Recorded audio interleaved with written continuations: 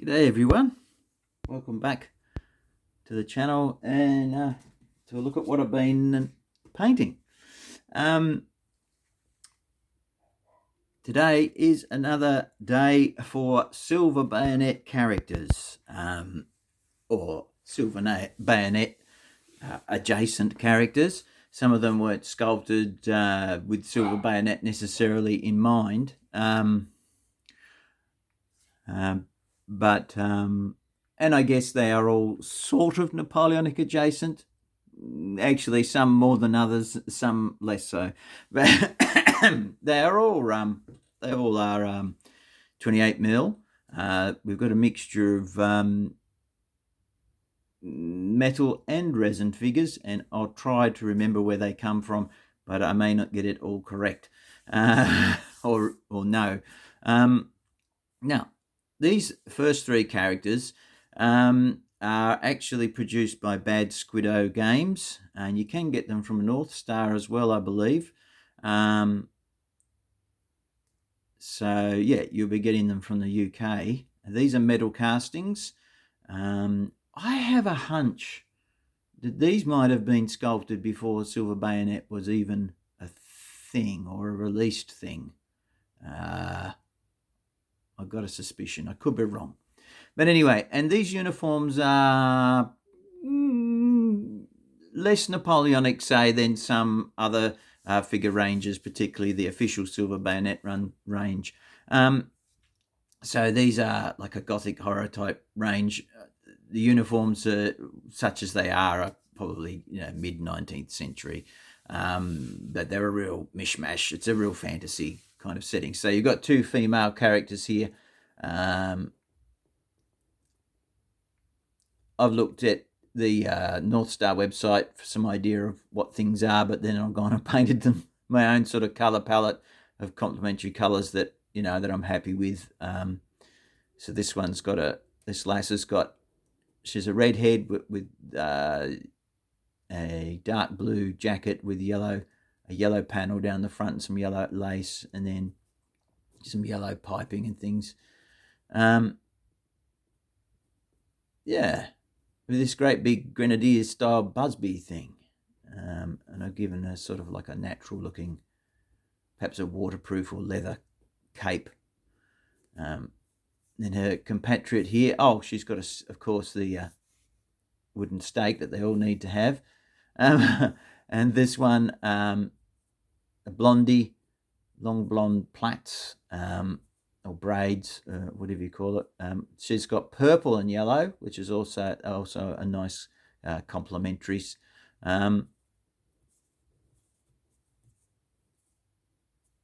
There we go, because I'm not having to adhere to any sort of strict uniform of the period, because these are quite fantastical. Again, the obligatory wooden stake.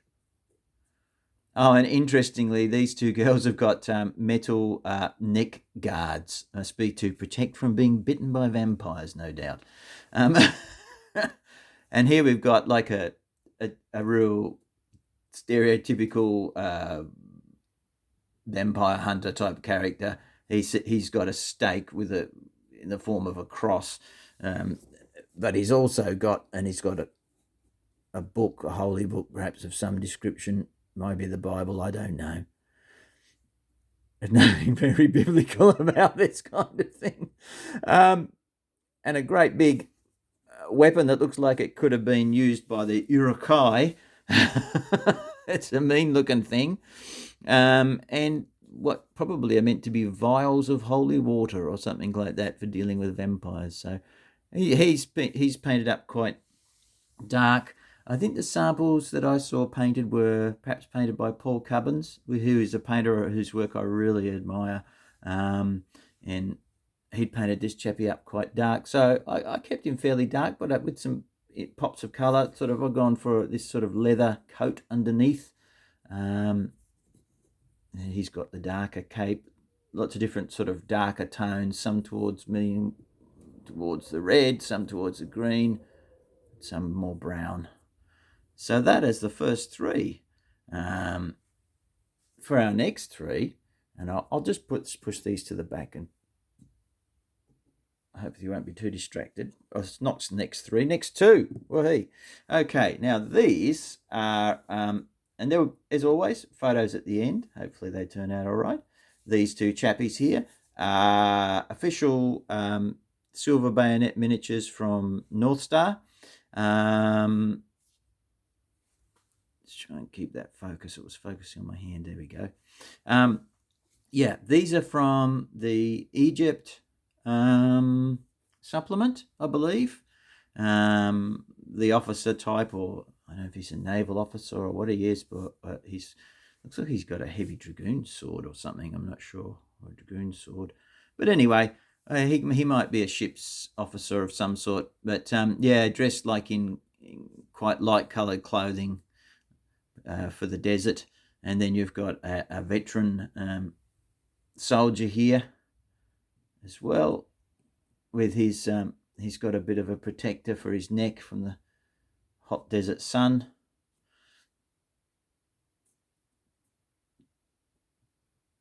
So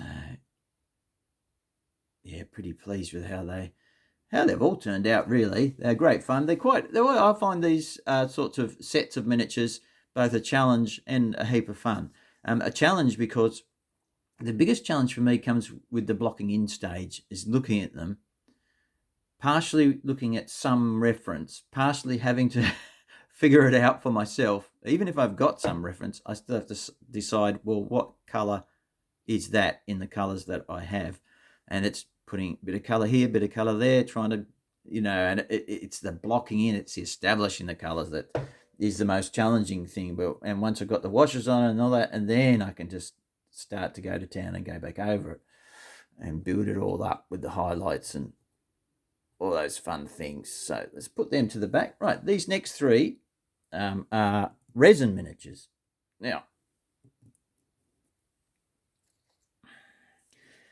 I can't recall, and I haven't gone and looked, so if we get them a bit more central, get the focus in on this cool looking hussar. Now these are either Lost Heresy miniatures from Bill Thornhill's 3D sculpting range, or they might be, one of them might be from Cool Kiwi Miniatures.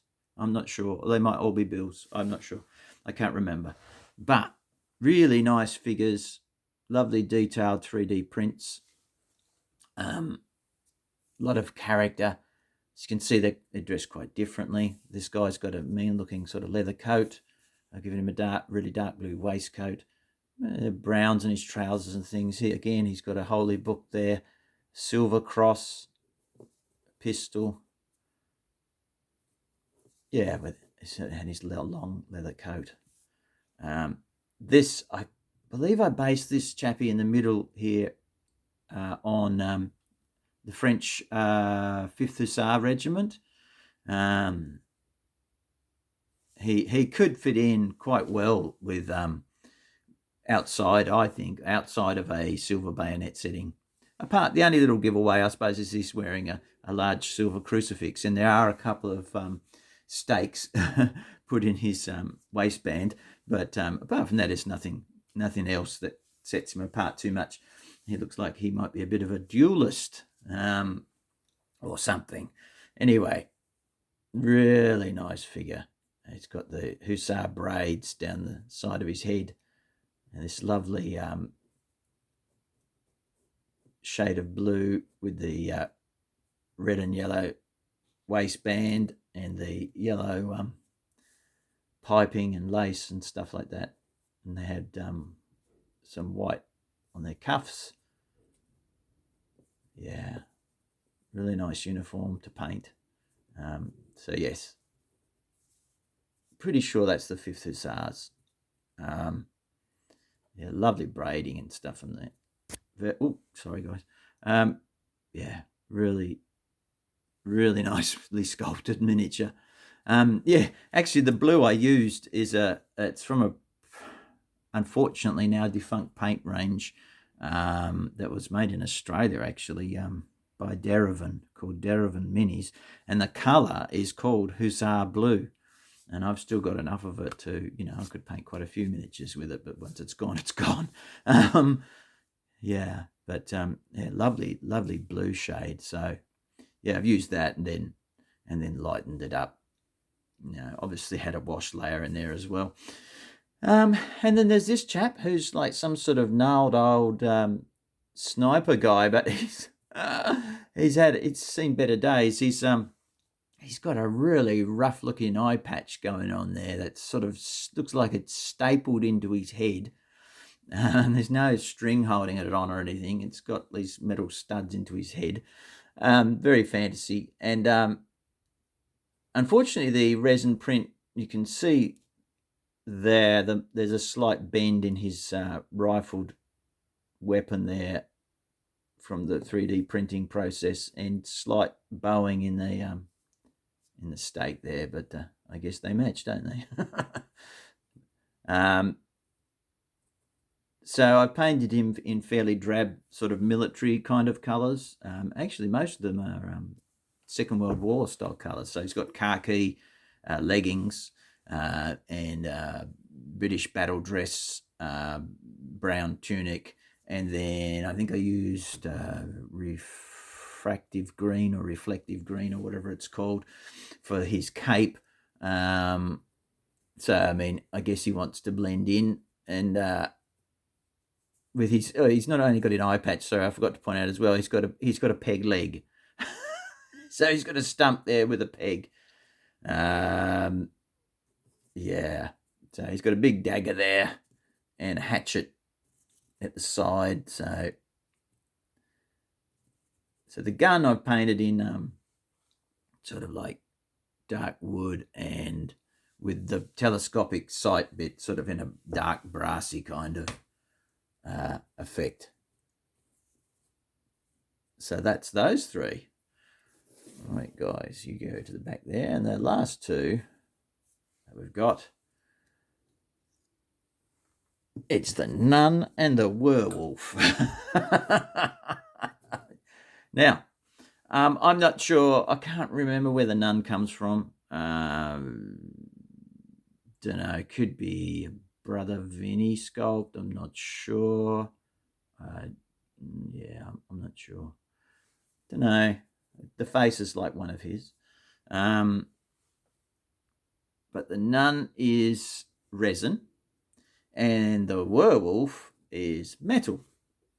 Now, you guys might know, but the werewolf might be from North Star. Not 100% sure. It could be. Nice sturdy sculpt.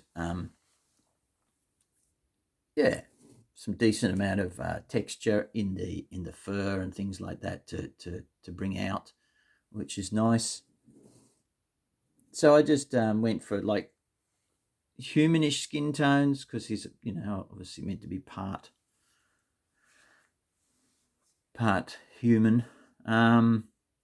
So yeah, I did my normal skin tone tryout, well, building up from the red oxide ink that I put on for skin base, and then the normal wash, and then over with my normal Scale 75 skin triad, the pink flesh, golden skin, and pale skin. And then I went over with a glaze of, for him, a glaze of Vallejo Express tanned skin, just to bring it all back together again. And perhaps he's been outdoors more, and he's slightly different skin tone to the other figures.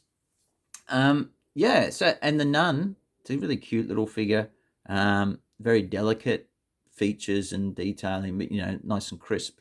I've gone fairly simple with the lighting on the lantern. I blocked it in white, and then used like a glaze of an Vallejo Express yellow, to get it nice and bright. And then I have done some subtle object source lighting on her robe, mixing in some of this I found a really pale yellow in my drawer paints, and mix that in with the blacks to get kind of yellowish greys, to just put a bit there's a slight filter on the white of her cowl that's got some of that yellow in it, and some of the yellow is mixed in with the greys down the front. It's not a dramatic object source lighting, it's just a subtle one. So you kept the back fairly dark. I mean, it has been all shaded, but then when,